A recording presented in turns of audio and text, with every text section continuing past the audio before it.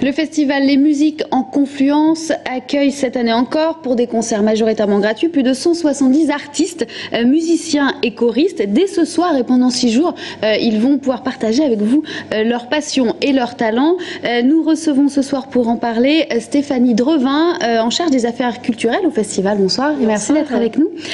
Donc tout ça débute dès ce soir, voilà, avec un chœur d'enfants ukrainien. Exactement, c'est un chœur d'enfants qui a participé au florilège vocal de Tours qui s'est terminé ce week-end, et donc il reste 2 jours de plus en Touraine et nous avons le plaisir de les recevoir ce soir donc à l'église de Berthenay.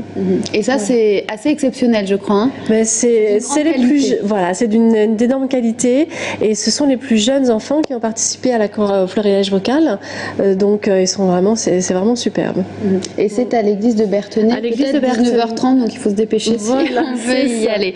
Alors, nouveauté cette année, une création de l'orchestre d'harmonie de la région Centre. Oui, tout à fait. Donc jeudi à Ballon-Miré au château de la Carte, où l'on accueille, donc c'est un concert en extérieur, où l'on accueille 80 musiciens sur scène, donc l'orchestre d'harmonie de la région Centre, avec une œuvre créée qui ne se jouera qu'une seule fois en Indre-et-Loire, donc c'est à Ballon-Miré. Donc c'est l'œuvre de Nicolas Bacri, et qui est interprétée par le soliste André Casalet.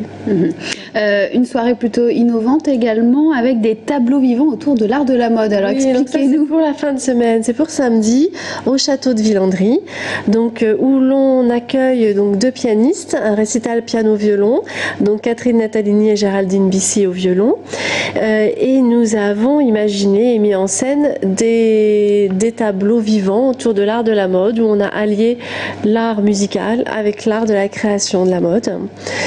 Voilà, avec des défilés. Ah non, c'est pas du tout un défilé de mode, hein. C'est une mise en scène, c'est plutôt un spectacle, hein. C'est une mise en scène autour de la mode, où il y a quelques créations de robes qui sont présentées, et tout ça se marie très très bien sur la musique.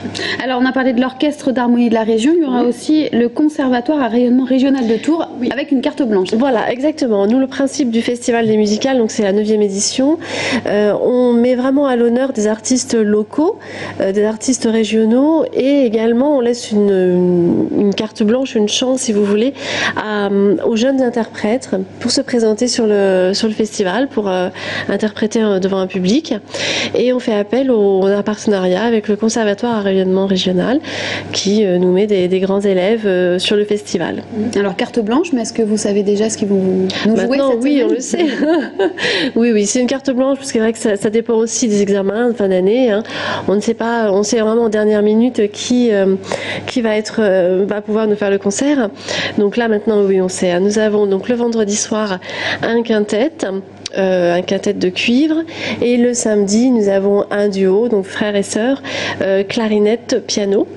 Et pour la petite anecdote, ce sont 2 élèves qui ont commencé leur cours à l'école de musique de Savonnières, donc lieu où une des communes sur lesquelles se déroule le festival. Exactement. Autre spectacle plutôt original, Contrevers et Basse à pied, ça c'est dimanche après-midi. Dimanche après-midi, donc c'est un spectacle en effet original, à savoir que c'est un duo contrebasse et Séraphin. Séraphin, c'est plus communément connu sous le nom de harpe de verre. Voilà. Alors c'est un festival qui se tient sur plusieurs communes, hein, celle de la Confluence. Ce sont les communes qui appartenaient en effet au territoire de la Confluence, donc à savoir Ballon-Miré, Berthenay, Druy, Savonnières et Villandry. Alors la dissolution de la communauté de communes cette année n'a pas finalement porté atteinte au festival? Non, du tout, hein. Le festival a son public, toutes les communes et tout le public est content de le recevoir, donc l'organisation s'est poursuivie comme d'accoutumé. Stéphanie Drevin, merci beaucoup d'être venue sur notre plateau, nous apporter toutes ces précisions, et très bon festival pour cette semaine. À demain.